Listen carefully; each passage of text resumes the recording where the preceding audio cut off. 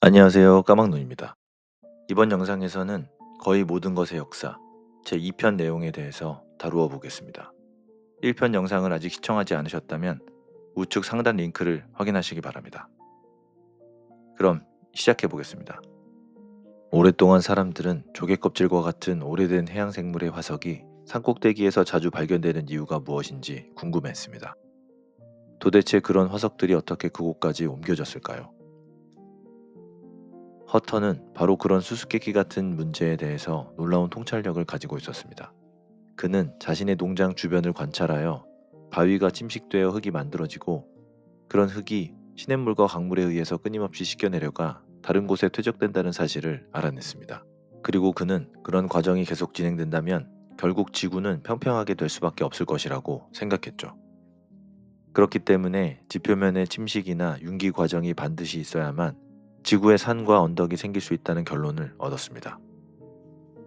마침내 그는 해양 화석이 산 위에서 발견되는 것은 홍수 때문이 아니라 지형이 융기되면서 산이 되었기 때문이라는 결론을 얻었고, 새로운 암석과 대륙이 만들어지고 산맥이 융기되는 것은 지구 내부의 열 때문이라는 사실을 유추해냈습니다.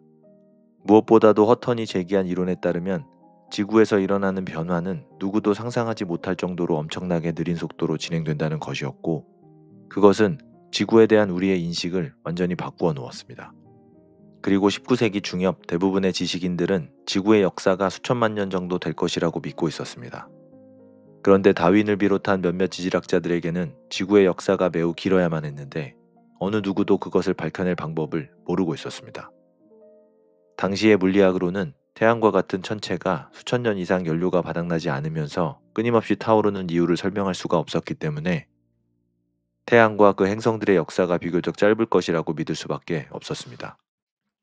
그러나 19세기에 엄청나게 쏟아져 나왔던 거의 모든 화석 증거가 그런 주장과 맞지 않는다는 것이 문제였죠. 20세기에 들어서면서 화석학자들은 거의 몇 톤에 이르는 고대 화석을 확보하게 되었습니다. 그러나 그때까지도 그 화석들이 얼마나 오래된 것인가를 확인할 수 없었던 것이 가장 큰 문제였죠. 지구의 나이가 위대한 켈빈경이 주장했듯이 정말 2천만 년 정도에 불과하다면 고대 생물들은 모두 거의 같은 지질학적 순간에 등장했다가 사라졌어야만 했습니다. 그런 해석은 분명히 앞뒤가 맞지 않았죠. 그런데 에른스트 러더퍼드라는 건방지고 똑똑한 뉴질랜드 소년이 지구의 나이가 적어도 수억 년은 될 것이고 어쩌면 그보다 훨씬 더 오래되었을 것이라는 확실한 증거를 제시하게 되었습니다. 놀랍게도 그가 제시했던 근거는 연금술이었습니다. 자연적이고 자발적이고 과학적으로 믿을 수 있으며 신비술과는 구별되는 것이었지만 연금술이었음에는 틀림이 없었습니다. 뉴턴이 아주 틀린 것은 아니었음이 밝혀진 셈이었죠. 1896년 앙리 베크렐은 우라늄 염덩어리를 사진판 위에 아무렇게나 던져두었는데 얼마 후 마치 빛에 노출된 것처럼 우라늄 덩어리의 흔적이 사진판에 새겨져 있는 것을 발견하고 깜짝 놀랐습니다. 우라늄염이 알 수 없는 종류의 빛을 방출하고 있었던 것이었습니다. 자신의 발견이 중요한 것일 수 있다고 생각했던 베크렐은 당시 대학원생이었던 폴란드 이민자 마리 퀴리에게 그 이유를 알아보도록 맡겼습니다. 갓 결혼한 남편 피에르와 함께 일하던 퀴리는 어떤 종류의 암석은 상당한 양의 에너지를 일정하게 방출하면서도 겉으로 보기에는 크기는 물론이고 다른 어떤 성질도 달라지지 않는다는 사실을 발견했습니다. 마리 퀴리는 그런 현상을 방사능이라고 불렀고 그 연구를 하던 중에 두 종류의 원소를 발견하게 되었습니다. 하나는 그녀의 조국의 이름을 따서 폴로늄이라고 불렀고 다른 하나는 라듐이라고 불렀습니다. 그리고 그때 몬트리올의 맥길 대학에 있던 에른스트 러더퍼드가 새로 밝혀진 방사성 물질에 관심을 가지게 되었던 것입니다.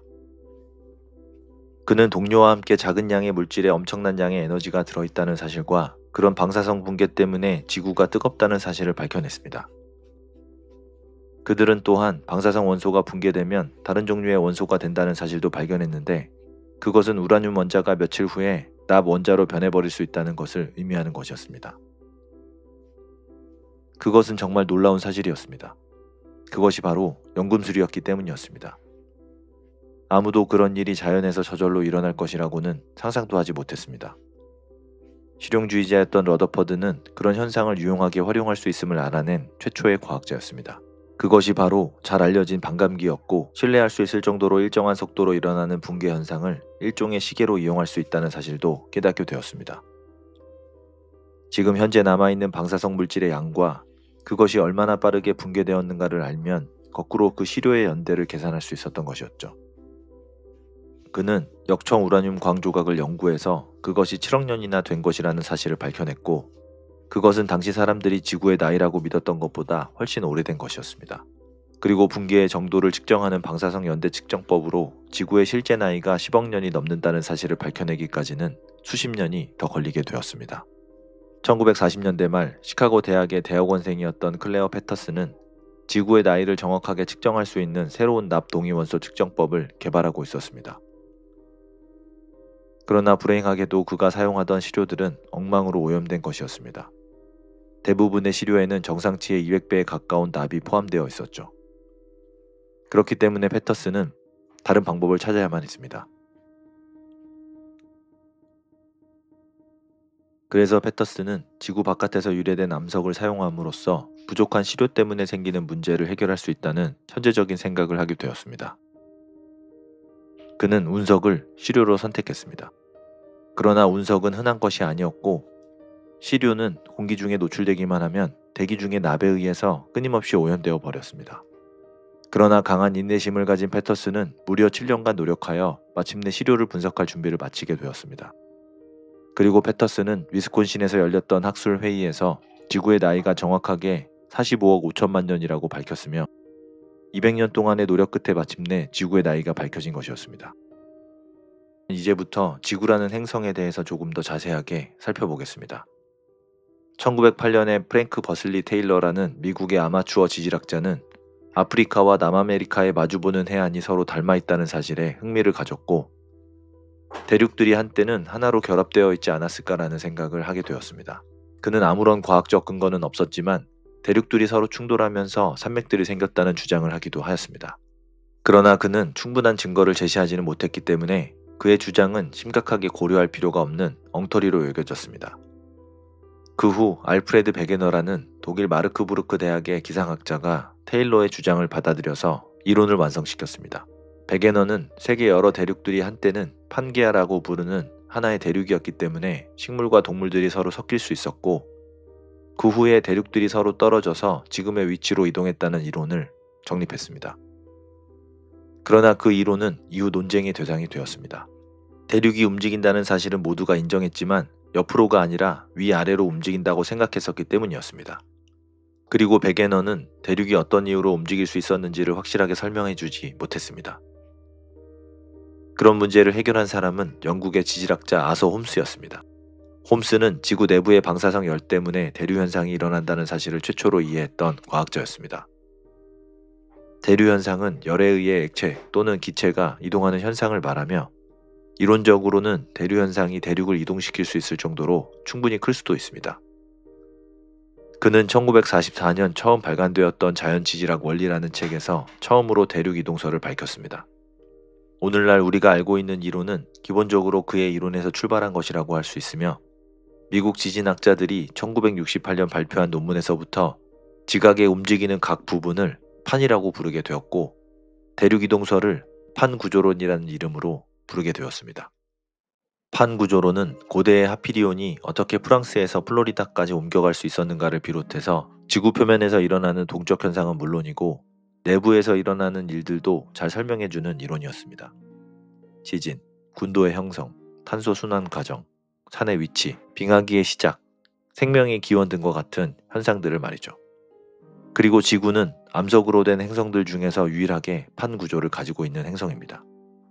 지구가 그런 구조를 가지게 된 이유에 대해서는 명확하게 밝혀져 있지 않지만 우리 지구의 판 구조는 생명체의 출현과 생명 유지에 있어서 매우 중요한 역할을 하였다고 할 수 있습니다.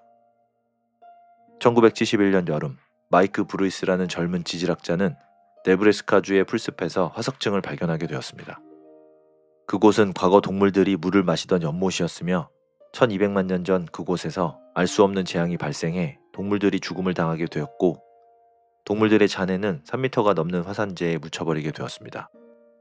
그런데 네브래스카주에는 화산이 없었기 때문에 동물들의 잔해가 화산재 속에 묻혀 있었다는 것이 의문이었습니다.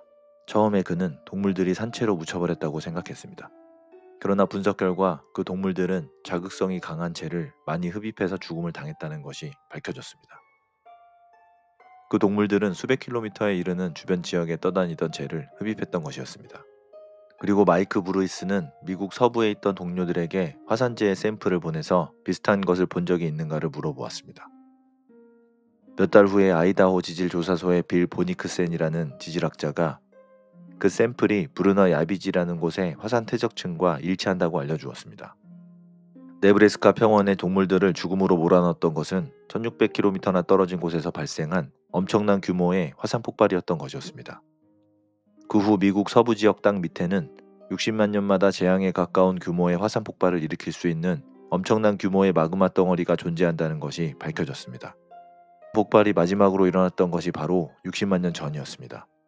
그리고 지금도 화산 위험 지역은 그곳에 그대로 남아 있습니다. 오늘날 우리는 그곳을 옐로스톤 국립공원이라고 부르고 있습니다. 그렇다면 우리는 지구의 내부에 대해서 얼마나 알고 있을까요? 대부분의 과학자들은 우리 발밑의 세상은 암석으로 이루어진 지각, 뜨겁고 끈적끈적한 암석으로 된 멘틀, 액체 상태의 외핵, 그리고 고체 상태의 내핵, 이렇게 4개의 층으로 이루어져 있다는 사실을 인정하고 있습니다. 그러나 그런 층들이 어떻게 상호작용하고 왜 그런 성질을 가지고 있는지, 그리고 앞으로 그런 층들이 어떤 움직임을 보일 것인가에 대해서는 정확하게 알고 있지 못합니다. 그렇기 때문에 1970년경 대류라고 알려진 뒤섞임 과정으로 인해 암석이 위아래로 움직이고 있다는 것을 알게 된 것은 지구 물리학자들에게는 큰 충격이었습니다.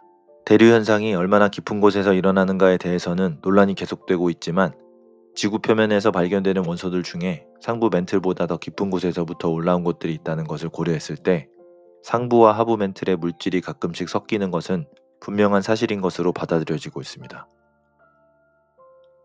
멘틀의 아래쪽에는 고체로 된 내핵과 액체로 된 외핵이 있습니다. 내핵은 열을 저장하는 능력이 탁월하기 때문에 수십억 년 동안 핵의 온도는 110도 밑으로 떨어지지 않았습니다.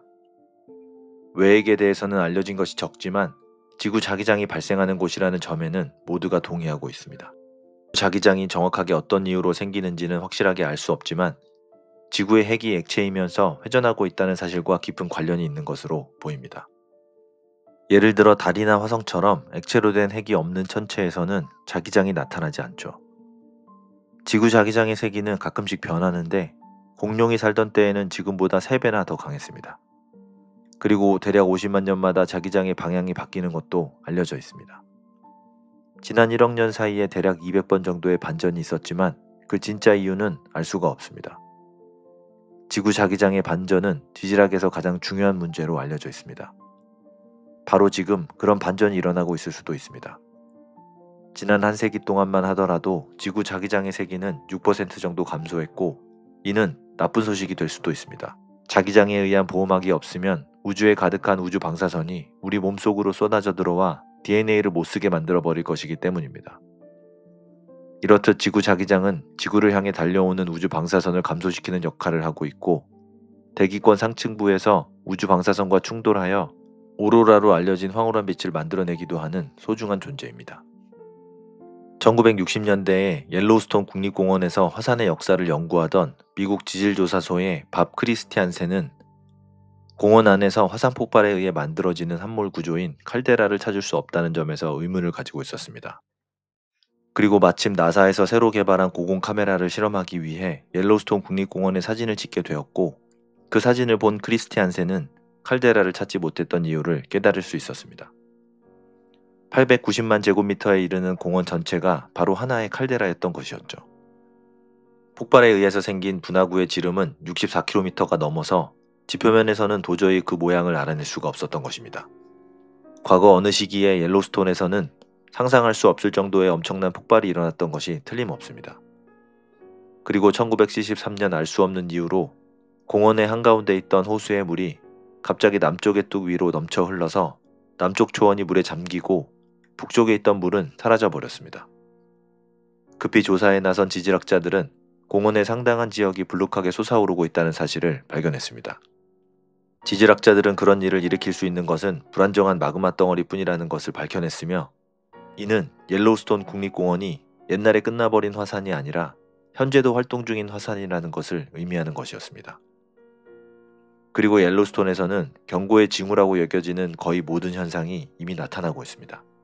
그리고 1965년에 부부 생물학자였던 토머스 브룩과 루이즈 브룩은 여름 채집 여행 중에 정신 나간 실험을 하였습니다. 두 사람은 연못가에 있는 황갈색의 찌꺼기를 떠서 생명체가 있는지 살펴보았는데 찌꺼기 속에는 살아있는 미생물이 가득했습니다.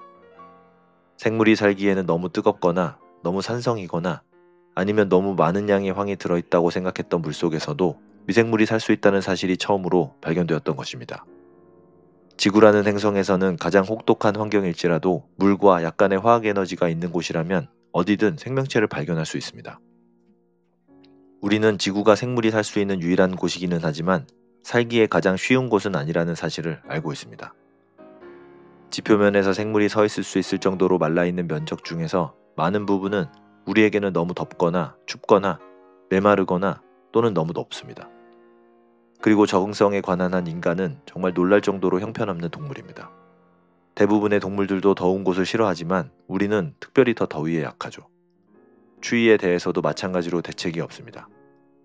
모든 포유류가 그렇듯이 인간도 열을 발생시키는 데에는 뛰어나지만 털이 거의 없기 때문에 그 열을 제대로 보존하지 못합니다.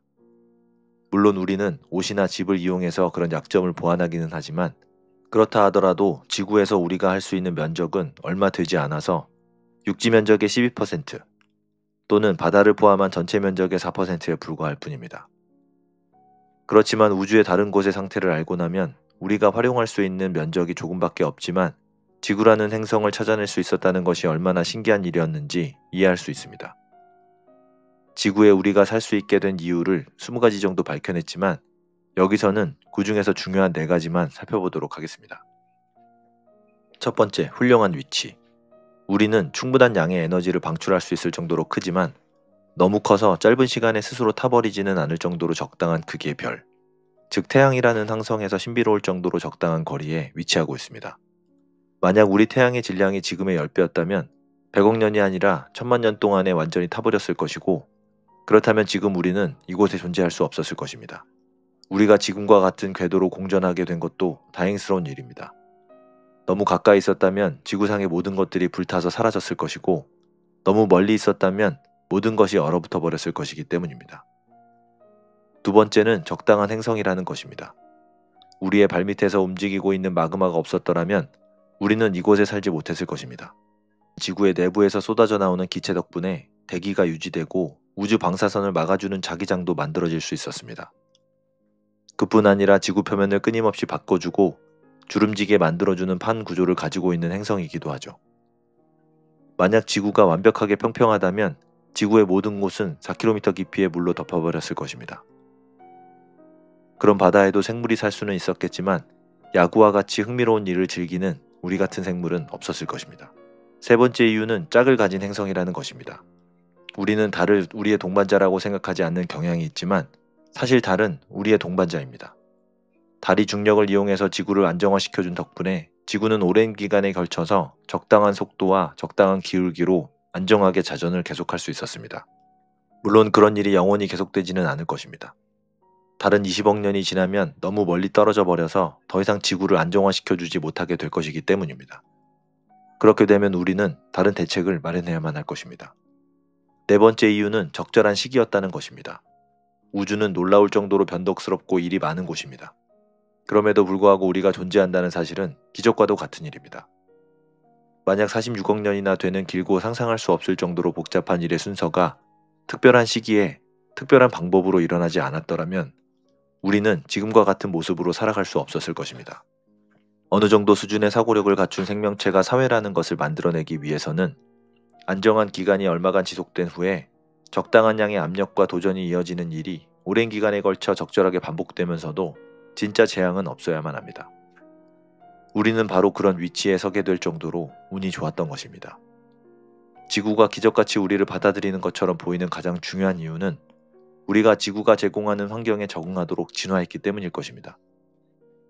우리가 신기하게 여기는 것은 그저 지구의 환경이 생명에게 적당한 것이 아니라 특별하게 우리의 생명에게 적당하다는 사실입니다. 적당한 크기의 태양, 지나치게 사랑스러운 달, 사교적인 탄소, 엄청난 양의 마그마를 비롯해서 우리에게 훌륭하게 보이는 많은 것들은 단순히 우리가 그런 것들을 의존해서 태어났기 때문에 멋지게 보이는 것일 수도 있습니다. 지구에서 생명이 나타나게 된 사건과 조건들이 우리가 생각했던 것만큼 특별한 것이 아닐 수도 있다는 말입니다. 그럼에도 불구하고 그런 사건과 조건들은 우리에게는 여전히 특별한 것으로 보여집니다. 그러한 조건들 중에 가장 먼저 대기에 대해서 살펴보도록 하겠습니다. 대기는 무척 고마운 존재입니다. 대기는 우리를 따뜻하게 해주기 때문입니다. 대기가 없었다면 지구는 생물이 존재할 수 없는 얼음덩어리였을 것입니다. 더욱이 대기는 쏟아져 들어오는 우주 방사선, 전하를 가진 입자들, 그리고 자외선과 같은 것들을 흡수하거나 비껴가게 만들기도 합니다. 대기에서 공기가 움직여 다니는 과정은 지구의 내부 엔진을 움직이는 것과 같은 대류 현상입니다. 적도 지방에서 만들어진 습기가 많고 따뜻한 공기는 대륙권 계면까지 올라가서 옆으로 퍼지게 됩니다. 그러다가 적도 지방에서 멀어지게 되면 식교되고 공기 덩어리가 바닥에 닿으면 저기압 지역으로 이동한 후에 다시 적도로 움직여가서 순환 과정이 완성됩니다. 이러한 순환은 태양에서 오는 열이 균일하게 분배되지 않기 때문에 생기게 되죠. 공기는 불균형 상태로 남아있을 수 없기 때문에 이곳저곳으로 떠돌아다니면서 다시 평형을 회복하려고 합니다. 공기는 언제나 고기압 지역에서 저기압 지역으로 움직이고 고기압과 저기압의 압력 차이가 클수록 바람이 더 세게 불게 되는 것입니다. 그리고 지구의 회전 속도는 적도 지방에서는 시속 1666km 정도로 매우 빠르고 런던이나 파리에서는 시속 960km 정도가 되며 극지방으로 가면 갈수록 자전 속도는 더욱 느려집니다. 공중에서 지구의 자전에 대해서 수평으로 움직이는 물체가 충분히 멀리 날아가게 되면 지구가 자전하기 때문에 북반구에서는 오른쪽으로 휘어지고 남반구에서는 왼쪽으로 휘어지는 것처럼 보입니다. 이것을 코리올리 효과라고 부르는데 고기압과 저기압이 비틀어지고 태풍이 팽이처럼 회전하는 것도 바로 이 코리올리 효과 때문에 발생하는 것입니다. 그리고 한포 사격을 할 때도 코리올리 효과 때문에 정확하게 표적을 맞추기 위해서는 왼쪽이나 오른쪽을 겨냥해야만 합니다. 그래서 한 포에서 발사된 포탄은 24km마다 약 90m 정도씩 휘어져서 바다로 떨어지게 되는 것입니다. 다음은 물입니다. 물은 어디에나 있기 때문에 우리는 그것이 얼마나 특별한 물질인가를 잊어버리는 경향이 있습니다. 대부분의 액체는 식으면 부피가 10% 정도 줄어듭니다. 물도 마찬가지이지만 어느 정도까지만 그렇습니다. 물이 어느 상태에 아주 가까워지면 오히려 부피가 늘어나는 상상할 수 없는 일이 일어나죠. 얼음이 되고 나면 부피가 거의 10% 정도 늘어나게 됩니다. 그리고 얼음이 되어 부피가 늘어나면 얼음은 물 위에 뜨게 되죠. 만약 물이 그런 기막힌 성질을 가지고 있지 않았다면 얼음은 물속으로 가라앉았을 것이고 호수와 바다는 바닥에서부터 얼어붙었을 것입니다. 그리고 바다는 점점 더 차가워질 것이고 더 많은 얼음이 생겼을 것입니다. 그리고 아주 오랫동안, 어쩌면 영원히 얼어버렸을 수도 있죠. 그렇게 되었더라면 생명체는 살아갈 수가 없었을 것입니다. 그리고 1977년 심해를 탐사하던 한 잠수정이 갈라파고스 제도 근처에 있는 심해 분출구와 그 부근에서 대형 생물이 군락을 이루고 있다는 사실을 알아냈습니다.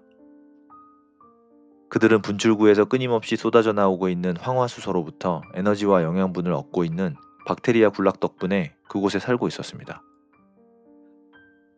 분출구에서는 엄청난 양의 열과 에너지가 흘러나오고 있었죠.